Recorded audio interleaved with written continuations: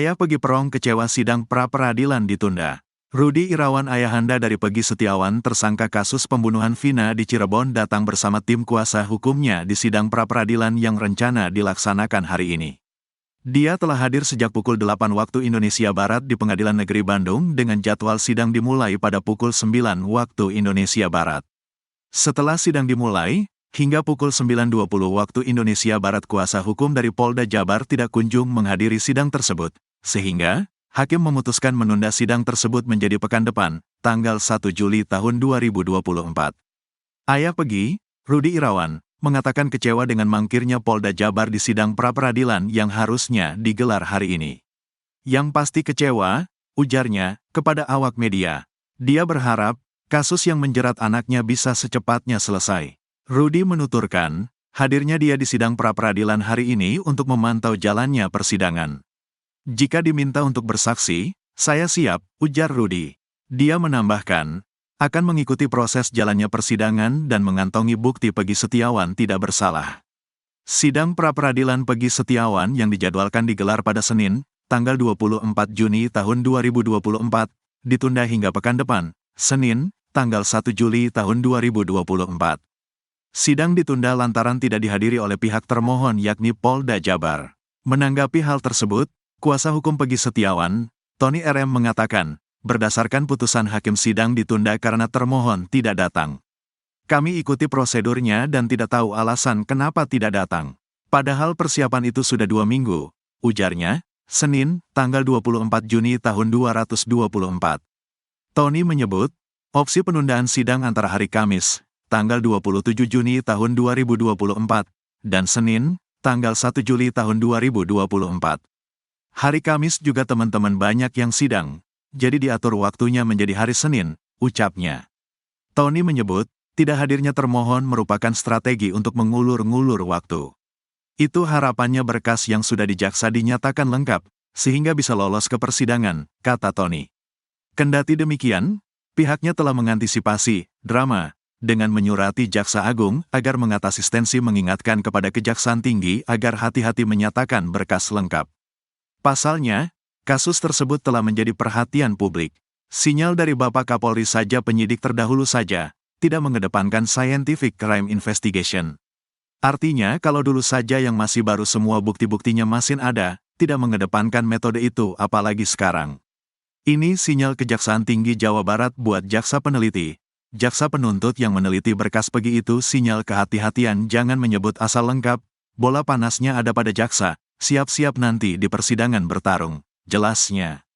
Tony menyebut, apabila P21 dan pra-peradilan gugur upaya selanjutnya masih ada kesempatan untuk membela Pegi Setiawan menegakkan kebenaran di persidangan pokok perkara. Sidang pra-peradilan Pegi Perong ditunda gara-gara Polda Jabar tak hadir. Sidang gugatan pra-peradilan penetapan tersangka Pegi Setiawan pada kasus Vina Cirebon ditunda hingga tanggal 1 Juli tahun 2024. Hal itu disebabkan kuasa hukum dari Polda Jabar tak hadir pada sidang yang digelar di ruang VIP Pengadilan Negeri Bandung, Senin, tanggal 24 Juni tahun 2024. Sidang tersebut berlangsung pukul 9 waktu Indonesia Barat. Tim kuasa hukum Pegi Setiawan menghadiri sidang yang dipimpin oleh Eman Sulaiman sebagai hakim sidang tersebut. Setelah 20 menit berlalu, kuasa hukum dari Polda Jabar tidak kunjung menghadiri sidang tersebut. Akhirnya, hakim memutuskan menunda sidang tersebut. Humas PN Bandung, Dal Yusra, mengatakan, penundaan sidang ini disebabkan pihak termohon, yakni Polda Jabar, tidak menghadiri sidang tersebut. Ia pun tidak mengetahui penyebabnya. Yang jelas, pihak Polda Jabar sudah menerima undangannya. Tidak hadir dari pihak Polda, ditunda tanggal 1 Juli tahun 2024. Alasan dia sudah diterima dengan sah dan patut, tapi tidak tahu alasannya, tidak hadir. Tapi berkas panggilan sudah diterima oleh pihak termohon, kata Dal di Pengadilan Negeri Bandung, Senin. Ia mengatakan, Polda Jabar tidak hadir pada pra-peradilan selanjutnya, maka sidang tersebut akan tetap berlanjut. Enggak jadi masalah, terus saja, sidang berlanjut. Nanti dipanggil lagi. Kemarin kan sudah dipanggil bahwa sidang tanggal 24 Juni tahun 2024, ternyata tidak hadir. Dicek, sah dan patut. Tapi alasannya enggak ada alasan, akhirnya ditunda tanggal 1 Juli tahun 2024, katanya satu di antara kuasa hukum Peggy Setiawan, Sugiyanti Iriani, sangat kecewa dengan tidak hadirnya pihak Polda Jabar dalam sidang tersebut. Kita sudah mempersiapkan segala macam, baik itu bukti-bukti dan juga mental kita. Harapan kita hari ini pra-peradilan akan berjalan lancar, hakim objektif dan Peggy bisa dibebaskan, katanya. Ditemui sebelum sidang, ia mengatakan sangat optimistis pra-peradilan ini akan berjalan lancar sehingga Peggy terbebas. Pihaknya hanya ingin membuktikan bahwa penetapan tersangka tidak sah terhadap Peggy karena bukti-bukti yang dimiliki oleh Polda Jabar sangatlah lemah. Tidak ada bukti yang menunjuk kepada pembunuhan Vina dan Eki yang diduga kepada Peggy Setiawan. Ya, kan tidak ada CCTV, tidak ada sidik jari, visum pun tidak mengarah kepada Peggy, katanya. Peggy sebelumnya ditangkap Polda Jabar di Kopo, Bandung, Selasa, tanggal 21 Juni tahun 2024. Baca juga, profil Eman Sulaiman, hakim tunggal di pra-peradilan kasus pembunuhan Vina di PN Bandung. Besok dia kemudian ditetapkan sebagai tersangka pada kasus kematian Vina dan Eki yang terjadi pada 2016. Vina dan Eki merupakan korban pengeroyokan geng motor. Keduanya ditemukan di Jembatan Talun, Kabupaten Cirebon, tanggal 27 Agustus tahun 2016.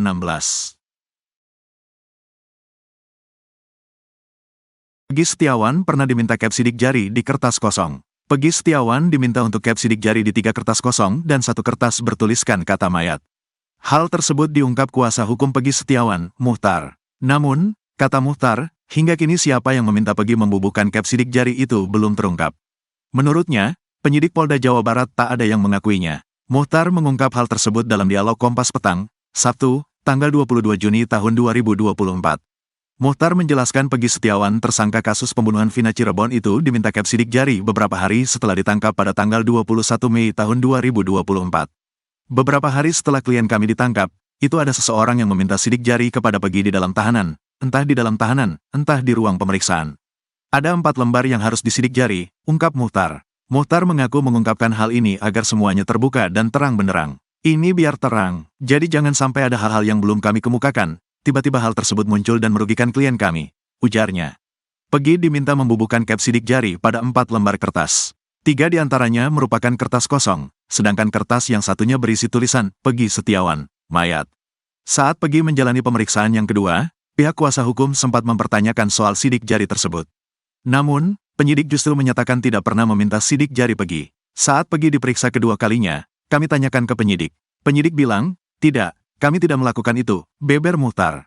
Sekarang kalau bukan penyidik, maaf kami bukan menuduh, kalau bukan internal dari Polda Jawa Barat, terus siapa yang berani datang meminta cap jari dari klien kami, katanya. Muhtar menjelaskan bahwa cap sidik jari harus diminta melalui prosedur yang sah. Menurutnya apabila polisi, misalnya Inavis, hendak meminta cap sidik jari, maka harus didampingi Propam. Dokumen yang akan dicap sidik jari juga harus memuat data diri pemilik sidik jari dan dibubuhkan tanda tangan. Ini Peggy nyata-nyata dikasih kertas kosong, tidak ada data diri, ungkap dia. Kapolri Jenderal Listio Sigit Prabowo angkat bicara secara langsung soal kasus Vina Cirebon.